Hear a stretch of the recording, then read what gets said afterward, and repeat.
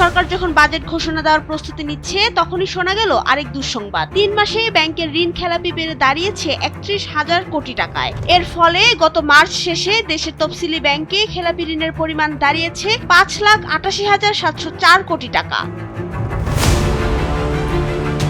বাংলাদেশ ব্যাংকের সর্বশেষ প্রতিবেদন অনুসারে মার্চ মাস শেষে দেশের ৬১টি তফসিলি ব্যাংকে মোট বিতরণ করা ঋণের পরিমাণ বেড়ে দাঁড়ায় ১৮,২৪,৬৮৮ কোটি টাকা। ৩ মাসের ব্যবধানে ঋণ বিতরণ বেড়েছে প্রায় ৪,০০০ কোটি টাকা। আর এখন মোট বিতরণ করা ঋণের ৩২.26% খেলাপি হয়ে পড়েছে। অন্যদিকে রাষ্ট্রীয় ব্যাংকের খেলাপি ঋণের হার সবচেয়ে বেশি। এসব ব্যাংকের বিতরণ করা মোট ঋণের প্রায় ৪৬% খেলাপিতে পরিণত হয়েছে। তবে চলতি বছরের জানুয়ারি-মার্চ প্রান্তিকে আগের প্রান্তিকের তুলনায় খেলাপি ঋণের পরিমাণ কিছুটা কমেছে। বর্তমানে ব্যাংকগুলোর মোট খেলাপি ঋণ দাঁড়িয়েছে ৩,২৬,৬৮৬ কোটি টাকায়।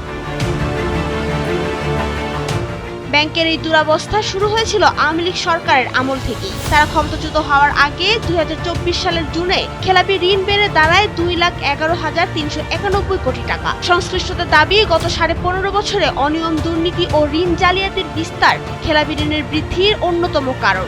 এস আলম, বেক্সিমকো, নাসা, বিসমিল্লাহ ও হলমার্ক গ্রুপকে কেন্দ্র করে আলোচিত আর্থিক কেলেঙ্কারির পাশাপাশি ন্যাশনাল, ইসলামী ও বেসিক ব্যাংকের বিভিন্ন অনিয়মও ঋণ খেলাপিকে উল্লেখযোগ্যভাবে বাড়িয়ে দিয়েছে। নাবিলা রহিম, সময়ের আলো।